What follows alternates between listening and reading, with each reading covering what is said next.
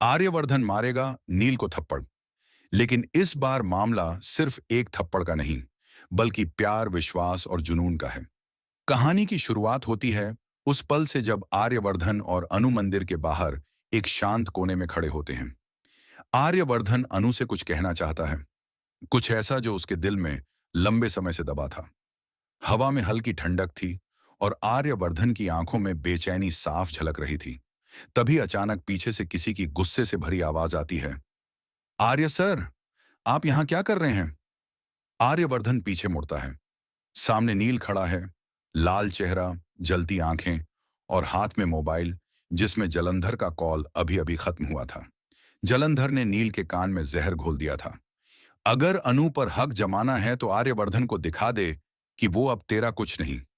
नील आगे बढ़ता है, अनु का हाथ पकड़ लेता है और ऊंची आवाज में बोलता है, सर, अब मेरी और अनु की शादी होने वाली है।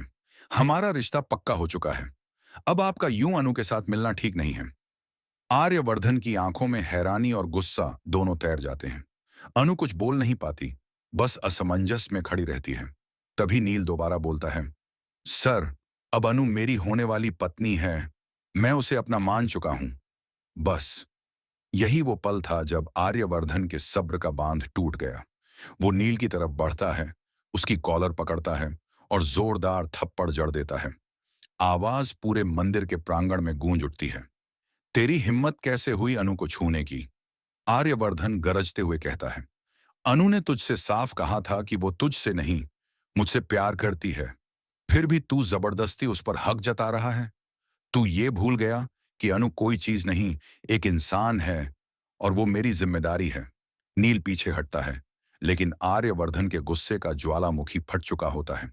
वो दोबारा नील को थप्पड़ मारता है, इस बार इतना जोरदार कि नील लड़खड़ा जाता है। अनु चौंक कर आर्य के सामने आती है और कहती है, आर्य सर, बस कीजिए। आर्य की सांसें तेज हैं, आंखें लाल।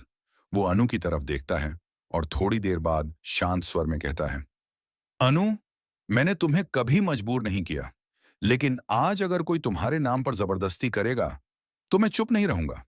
अनु की आंखों में आंसू हैं, लेकिन इस बार डर के नहीं, किसी के सच्चे प्यार को महसूस करने के। आर्यवर्धन मुड़कर चला जाता है, लेकिन जाते जाते जलंधर की कार को छुपते हुए देखता है, जो दूर से ये पूरा तमाशा देख रहा था। आर्य की नजरें जलंधर से मिलती हैं और वो बस इतना कहता है, अब खेल खत्म जलंधर। अब सवाल ये है, क्या नील अपनी हार मान जाएगा या जलंधर आर्यवर्धन और अनु के रिश्ते को तोड़ने के लिए कोई नया खेल खेलेगा? अगला एपिसोड होगा और भी धमाकेदार।